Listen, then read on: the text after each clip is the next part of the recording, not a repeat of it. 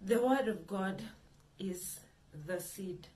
The Word of God has it's life. It has the ability to get planted in us, and then it has the ability to show fruit. So many people have been taught this doctrine of, if you want marriage, plant a seed. If you want financial breakthrough, plant a seed. If you want this and that, plant a seed. But I feel like the Word of God is the ultimate seed, because the Word of God has the ability to get into the root of your situation and show you what it is about. It has the ability to break, every chain. It has the ability to remove every curses. The Word of God has the ability to build faith in you so that you can believe God for bigger and greater things.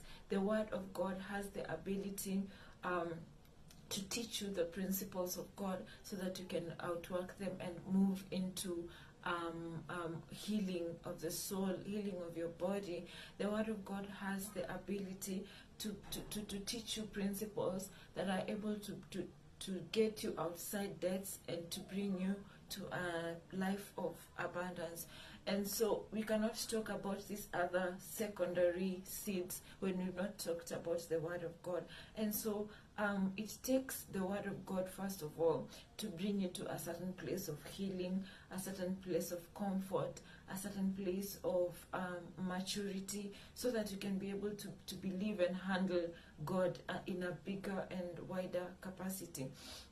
And so to me, the Word of God is the seed. We need the Word of God more so that it can build up our faith to be able to get to a place. Because when you teach about these other secondary seeds, then you bring people to a place where they're dependent on miracles, where they're dependent on signs, where they're dependent on wonders. And it means then people are not rooted in the Word of God, which then makes miracles... sometimes I feel like we make miracles, we idolize, especially we will be tempted to idolize the person who has, helped us to get into that miracle. Because now, if you're dependent on miracles, signs, wonders, then it means you're not rooted in the Word. And so your life will be dependent on the minister or the person who has worked magic, And so first of all, we need the Word of God in us as the seed, which then makes us operate in the supernatural. We'll operate in miracles, we'll operate in signs, and it's available to anyone and everyone.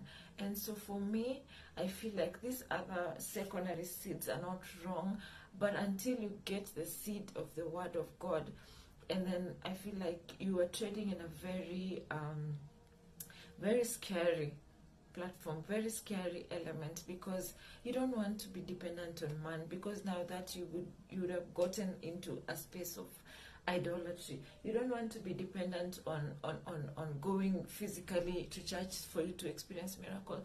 No, the Word of God can make it possible for you to experience miracles wherever you are, and then you will not idolize that miracle. You will thank God for it, but that will not. You will always know that your source is the seed. Your source is the Word of God. Your source is God, for that matter.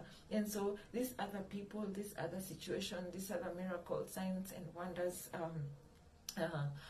situations will just be. They will be aiding in your faith. They'll be aiding in your belief in God. So at the end of the day, if you ask me, the seed is the Word of God, and that is the ultimate,